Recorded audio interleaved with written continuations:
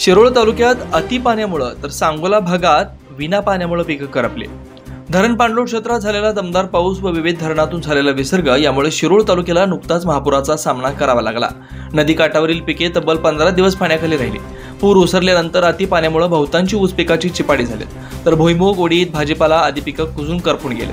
याच्या उलट सांगोला भागात बहुतांची शेती ही पावसाच्या पाण्यावर आधारित आहे।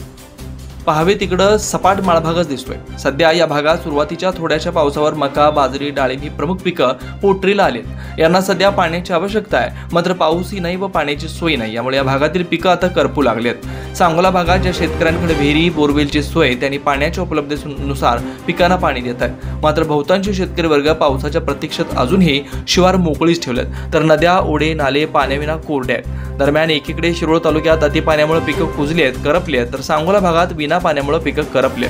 नद्याजोड प्रकल्पाद्वारे पावसाच्या पाण्याचं योग्य नियोजन झाल्यास पुराच्या समस्येवर कायमस्वरूपी तोडगा निघेल। यासाठी शासन पातळीवर प्रयत्न होणं गरजेचं आहे। शिवार न्यूजसाठी अनिल जासूद।